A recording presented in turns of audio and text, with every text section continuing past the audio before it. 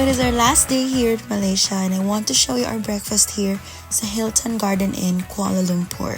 So our package included daily breakfast and they mostly serve local Malaysian and Indian food. I loved the naan bread, curry samosa, chicken tandoori, chicken rendang, but Kiefer loved the nasi lemak. You can set it up yourself. I recommend this. So we are on our way to our first stop. Today is our city tour. Half day lang to. And we're gonna visit some of the most iconic sites here in Kuala Lumpur. First stop is the King's Palace. According to our tour guide, this is just one of the main gates of the palace. The king actually built an entire skyway for him, parang skyway, papunta lang dito sa palace na to. And this gate is just for tourists and the public. So meron pang ibang gate for him, for the wife, and sometimes they also come out here and greet the tourists. Ganda dito, guys. So a lot of Malaysian soldiers that lost their life. In remembrance of the soldier, they will make this monument. So this is the Tugu Negara, or the National Monument. This is a tribute to their soldiers who fought for their freedom. Ang ganda ng lugar nito. Ang laki ng complex nila, grabe, in fairness. And ang intricate din ng statues nila. So sabi ng tour guide namin, most people that come here are not local Malaysians, but tourists who want to learn. And next stop naman natin is the National Mosque. This is also based in Kuala Lumpur and this is their old National Mosque. And meron na silang bago ngayon, mas modern.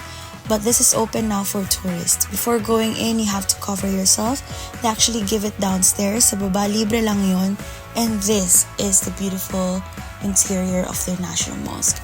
I also met this amazing man who introduced me to Islam. Binigyan niya nga ako ng libreng Quran. Grabe.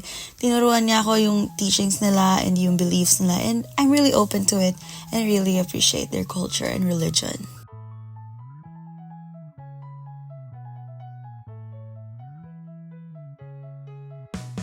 And this is the Merdeka Square. According to our tour guide, wala na rin masyadong pumupunta dito. Mostly tourists na lang. Pero iconic pa rin to dahil nandito yung picture ng isa sa kanilang kauna-unahang Prime Minister. Declared independence. And this building was built by the British. Declared this building as the federal court. Now it is a federal court actually. All these places become a federal court. State. They call it a federal. So remember I told you we got 15 states and this is one of the states.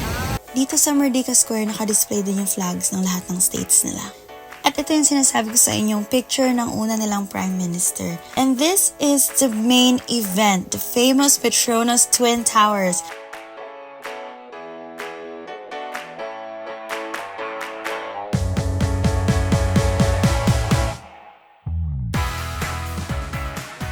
If you don't know yet, Petronas is their national fuel company. So, yun yung main gas nila. And this tower is actually their headquarters. And that bridge you see right there is on the 44th floor because our tour guide apparently was in the document control department of the architectural company that built this tower. After a quick city tour, syempre, hindi tayo pwedeng mag-miss out sa mga local goods. Kailangan natin bumili ng Kuala Lumpur t-shirt and other stuff that we can bring back home. We're so thankful that our tour guide Reddy was able to help us find what we need and actually haggle the price a little bit more. Ito nga pala yung highway nila, guys. Walang pinagkaiba sa Pilipinas pero mas malaki at walang traffic sa kanila. And upon visiting the local shop, I learned that their local pattern is called batik. It is very similar to the Indonesians. And this is Pavilion. This is where you can find a lot of luxury brands. Name it, you'll see it here. And they also have this famous 3D LED billboard, which, let me just say, is so realistic. Tignan mo lang naman. We actually went here para mag-food trip. Pupunta kami sa Food Republic. Dahil last day na natin dito, we need to get that local food court meal before we go. On this day, actually Chinese New Year to, kaya sobrang daming tao. Sobrang crowded. But I was told it wasn't like this every day. So we were quite overwhelmed and just chose a food stall that had little to no people so that we could eat already because we were really hungry.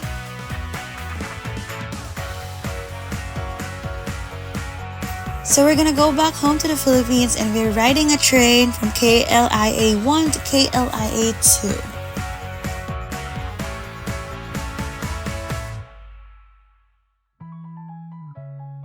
Last hurrah, habang naghihintay mag-open ng gate, kakain tayo sa Old Town Coffee. And ito yung mga in-order namin. Amazing. Actually, lahat ng nasa pila, Pilipino na, and nakaka-overwhelm kasi naiintindihan na namin ulit yung mga sinasabi ng mga tao. So it was good to be back. It was good to be connected again to my fellow Filipinos.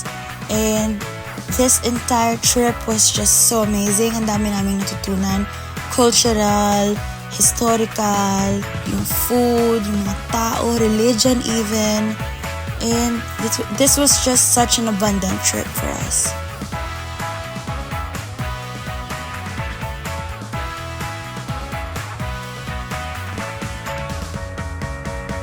We're now back in Naya Terminal 3, and shortly after a while, we're gonna go back home. Goodbye!